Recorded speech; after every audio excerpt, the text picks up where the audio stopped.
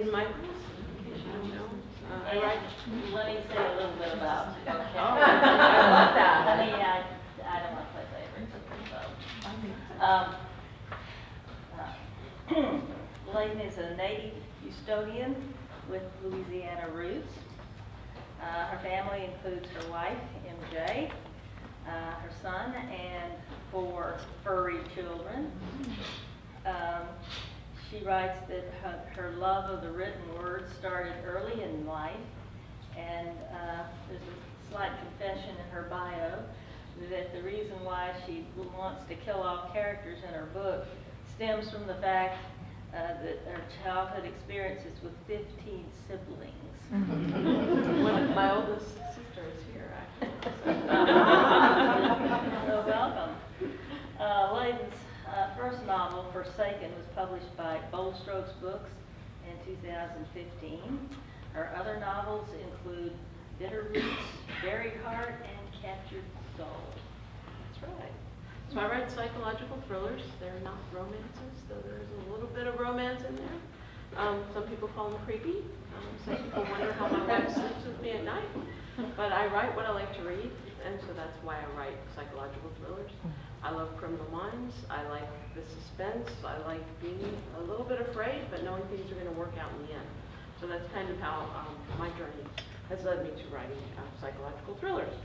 I'm going to read a little bit from Captured Soul. I have to let you know I have been on a hiatus from writing, so Captured Soul has been out a while. It came out in 2017, and I don't have anything in the pipeline yet. I'm working on a book, but it's not scheduled yet, so this is, you have to just catch up on my past life, right? Okay. So we're near the end of the book. I wanted to read from this part of the book because in my books, the villain always has a point of view. I want you to understand where that person's mind and their thought process is, where their evil drive is coming from. You know, what it is that's making them do the things that they do. And in Captured Soul, the villain is a person who has a God complex. So that's kind of where her thought process is. So at this point, our 2 heroines have come together and gone apart, and one is about to be captured by Shiva, who is the villain. Shiva watched as Mallory walked to the door of her building. She was as beautiful today as she'd been the first time she'd seen her, the moment she'd known that she had to enshroud her in bronze and capture her soul. It was time. She moved quickly across the street and entered the building after her. This was too simple. In moments, she'd caught up to her, and when she'd opened the door, she forced her way in behind her, a syringe of GHB in her hand. Mallory never knew what happened, never even saw her. She crumpled to the floor, spilling groceries across the smooth hardwood. She had to act fast and find a place to stash Mallory so she could return with her grab box. Checking the back stairs, she went down each level, locking the inner doors behind her. That would keep anyone from stumbling in on her. She carried Mallory over her shoulder into the stairwell, pulling the door closed behind. When she reached the ground level, she continued into the basement. There were storage lockers there for the apartments above. It took her only a few moments to find an empty one. She dumped Mallory in and closed the door. She'd be out for a while, hopefully long enough for Shiva to get back with her box and the van. If not, she'd risk getting caught, but everything felt so perfect. She moved the van a few blocks away this morning. It had felt right, and now she knew why. She had to make it back before Mallory awoke. It had to happen. This was her calling, her gift, to create works of beauty infused with the souls of beautiful women. If it wasn't endowed from above, how had she stayed free all this time? Traffic was light for midday, another sign. She was back at Mallory's apartment within 10 minutes. She should still be soundly asleep.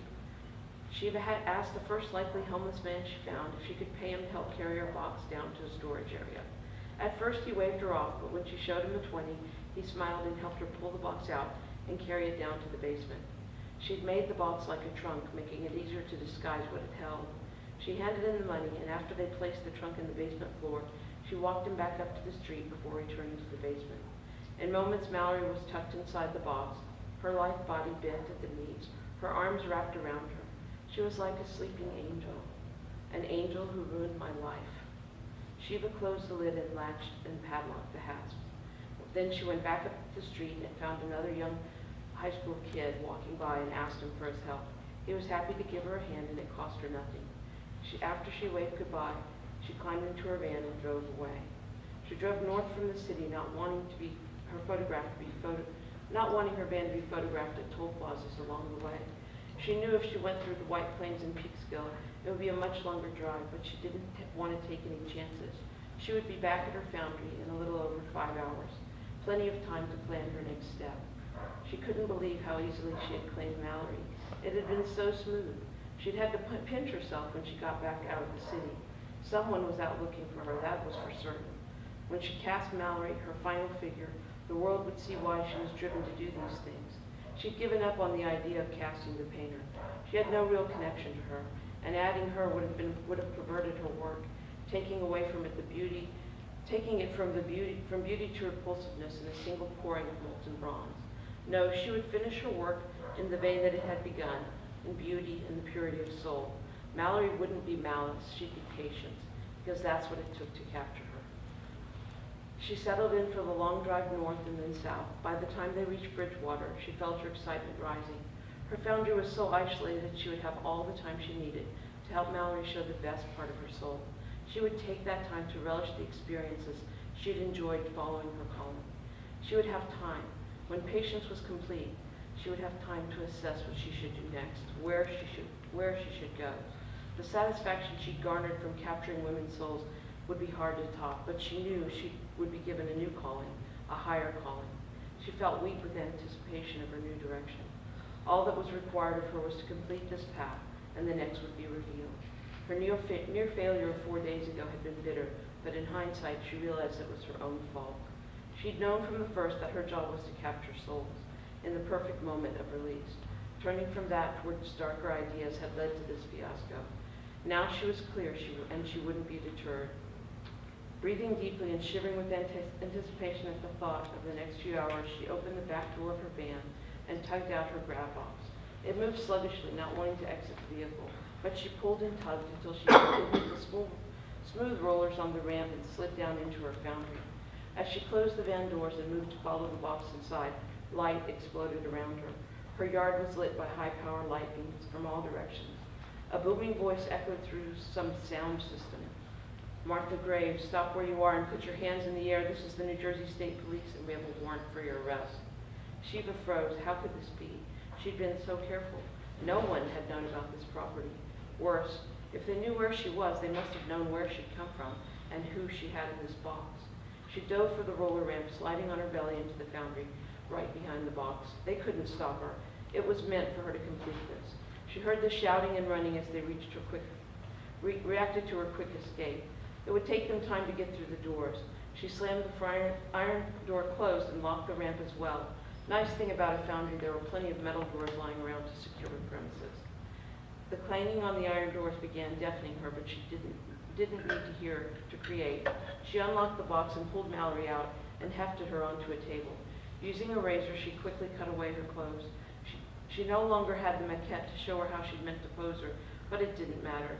That maquette had been corrupted. She'd made it when she was at the whim of darkness, but now she was back in the hands of light, and light would guide her. Mallory would be captured as she was meant to be.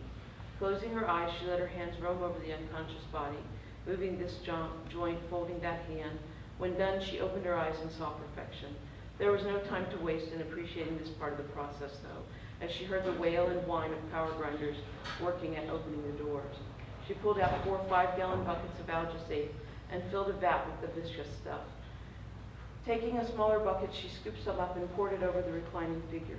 Faster, must be faster. She dipped and poured until gradually Mallory's body was covered in a layer of the rubberized silicone. It would harden in 12 minutes, so she needed to cover the entire figure fast. Like the others, Mallory would suffocate under the alginate, and once in the kiln, her body would turn to ash, cremated, leaving nothing behind, only the beautiful bronze that had captured her soul.